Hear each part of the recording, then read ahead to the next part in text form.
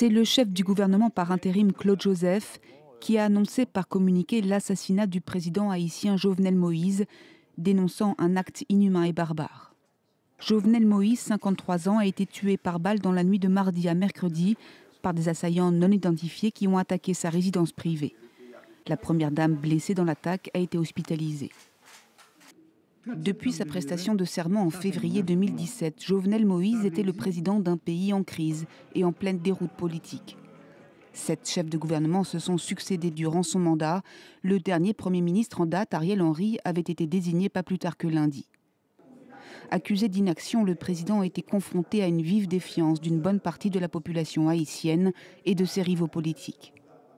Depuis février dernier, l'opposition ne reconnaissait plus Jovenel Moïse comme légitime au poste de président et réclamait son départ. Le mandat de 5 ans étant, selon l'opposition, arrivé à son terme. Les manifestations contre le régime étaient depuis très fréquentes.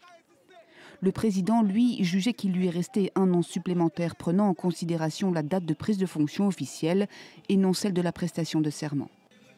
Le 7 février dernier, le gouvernement de l'époque avait d'ailleurs annoncé l'arrestation de 23 personnes, des individus qui avaient, selon le gouvernement, l'intention d'assassiner le président. Haïti, pays parmi les plus pauvres du continent américain, est gangréné par l'insécurité, avec des gangs jouissant d'une quasi-impunité. Mercredi, le Premier ministre, par intérim, a appelé la population au calme et assuré que la situation sécuritaire du pays était sous contrôle.